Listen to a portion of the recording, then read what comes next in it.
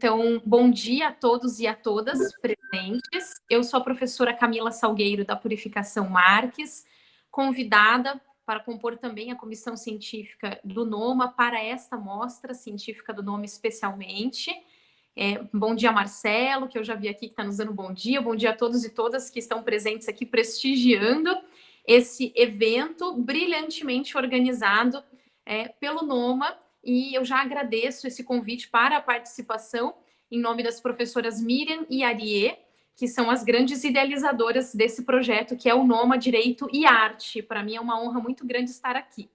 E sem maiores delongas, então, eu vou apresentar primeiramente a professora Janice, o currículo dela, e para depois passar a palavra para elas nos abrilhantar com seus 20 minutos de palestra, e na sequência depois apresento o professor Tiago para ele também, seguindo o mesmo tempo aí da nossa organização, também nos abrilhantar com a sua exposição. Bom, a professora Janice Cristine Thiel é pós-doutora em letras pela Universidade Federal do Paraná, doutora em estudos literários pela mesma universidade, mestre em letras também pela UFPR, especialista em história contemporânea e relações internacionais pela PUC Paraná, professora titular da PUC Paraná também.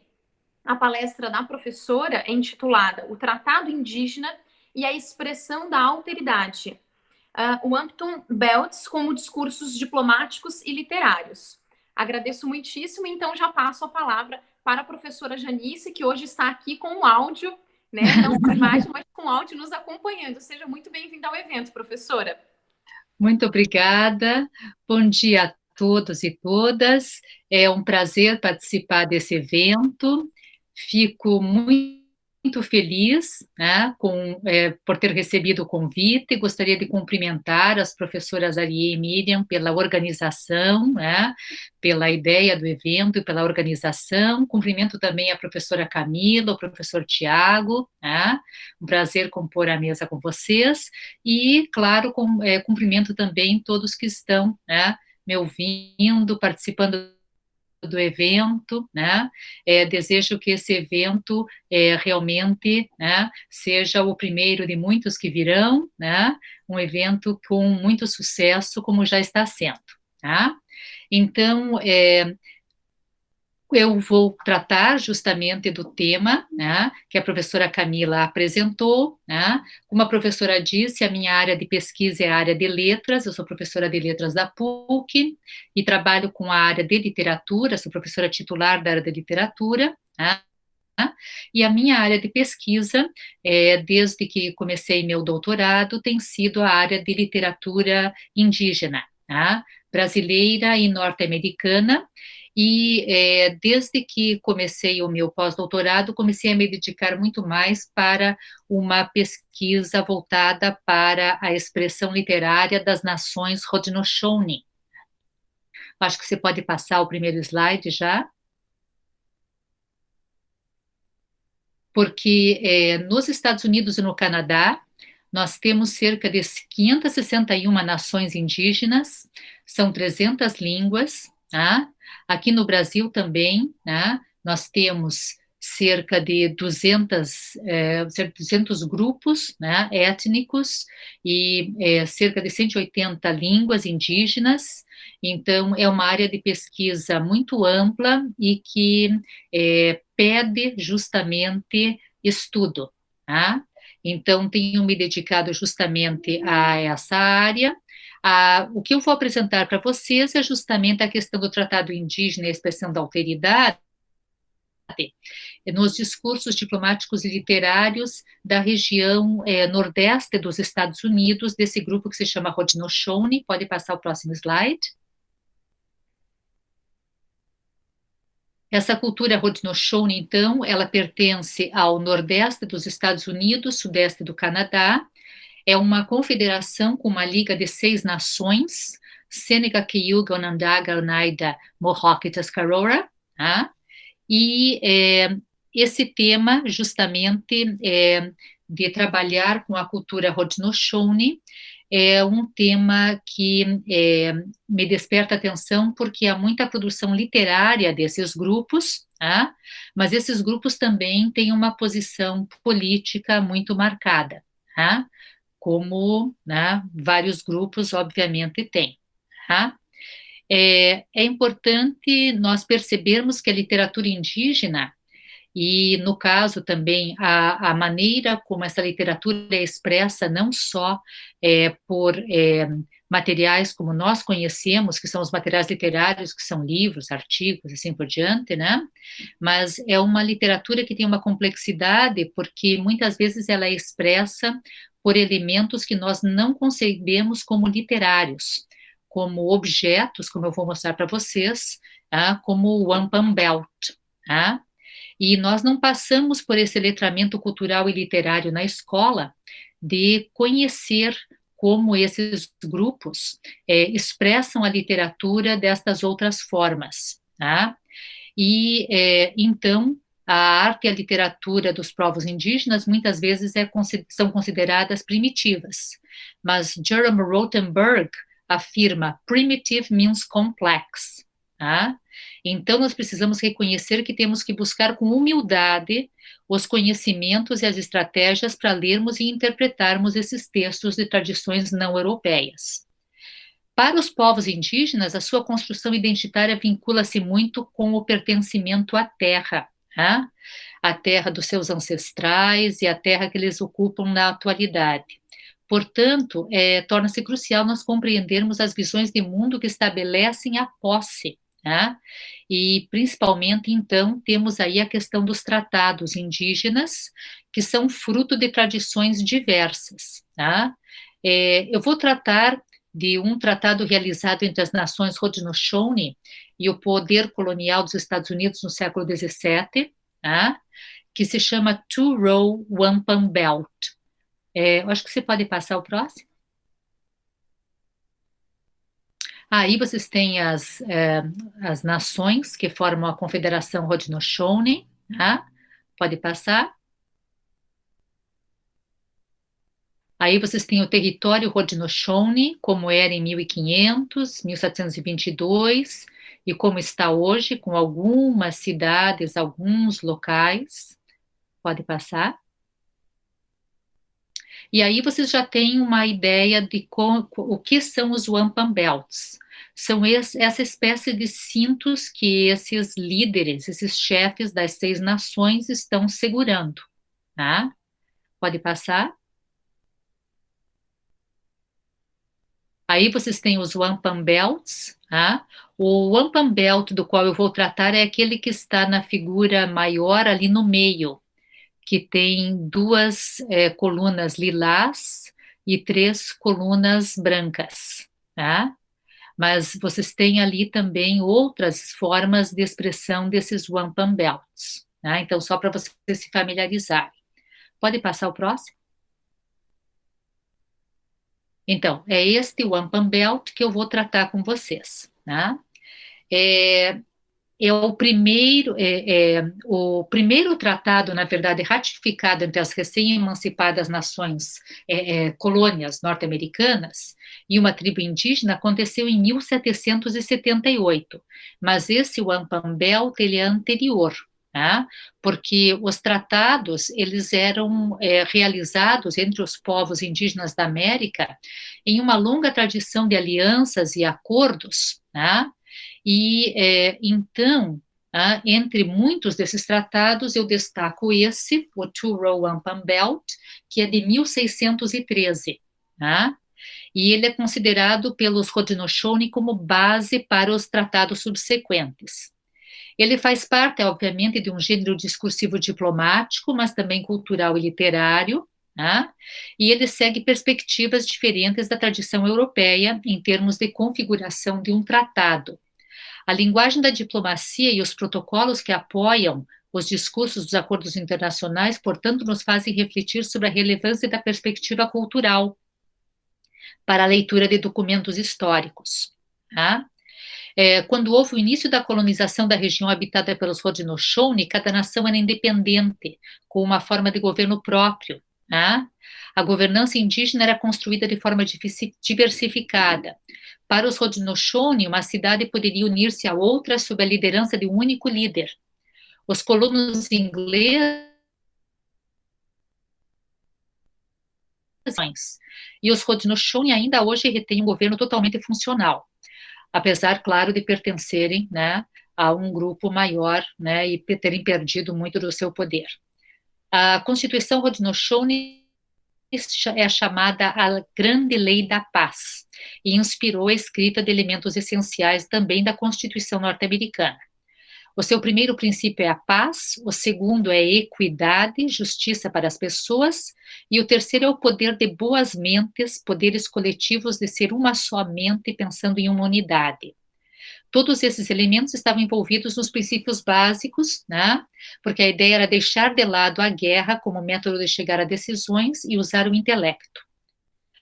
Além da governança, outro aspecto desenvolvido também, antes do contato com os europeus, foi a diplomacia. Né? As sociedades indígenas, segundo Dunbar Ortiz, do leste do continente, tinham uma estrutura cerimonial elaborada para reuniões diplomáticas entre representantes de governos distintos. Os acordos ou tratados feitos nessas reuniões eram considerados sagrados, pois constituíam promessas não somente entre as partes, mas também para o espírito que tudo observa, o Criador. Portanto, a América, antes da chegada dos colonizadores, era um lugar onde havia uma dinâmica social, política, econômica em movimento, né? E toda uma infraestrutura para que houvesse realmente essa prática comercial, cultural e diplomática. Tá? Os nativos já tinham construído cidades, fazendas, redes, estradas, tinham construído, claro, suas formas de governo, né, complexas, haviam desenvolvido filosofias sofisticadas de tradições de diplomacia, políticas de relações internacionais, né?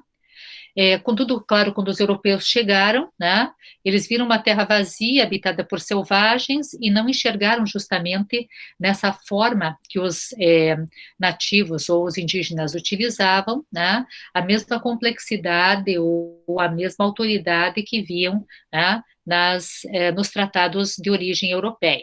Né. Mas, de qualquer maneira, o que é importante é que esses tratados, usando o Wampum Belt aqui no caso, entre os Estados Unidos e as nações indígenas, eram firmados entre nações soberanas, tá? Na época colonial. Da perspectiva indígena, a aliança formada pelo tratado não indicava uma aliança temporária, mas implicava a formação de laços de parentesco. Portanto, a questão era não só firmar os tratados, mas formar uma dinâmica de parentesco entre as nações, na qual o processo não fosse concluído com a assinatura do tratado, mas haveria continuidade nas relações estabelecidas. Né? Então, a questão da terra era fundamental, né? E chegando, então, à questão aqui do Two-Row Wampum Belt, nós vemos que o significado da terra para os indígenas ultrapassa questões culturais. Né? Há uma relação afetiva com a terra, considerada sagrada, mas o vínculo é também político, pois envolve soberania, governança e autoridade, que é o que vocês vão ver aqui já nesse texto, que é o texto que seria uma tradução, uma leitura do que o Wampum Belt está propondo. No que concerne aos Haudenosaunee, seus membros estão unidos sob a Grande Lei da Paz, a Constituição da Confederação das Seis Nações. Os Haudenosaunee também são conhecidos como Iroquois, só que a palavra Iroquois é uma palavra que foi uma denominação dada por outros grupos indígenas, grupos que eram inimigos, porque Iroquois, né, na sua origem, representaria uma cobra. E daí os franceses, na época da colonização, se apropriaram da palavra do inimigo e aplicaram daí a sua pronúncia, então usaram o termo Iroquois.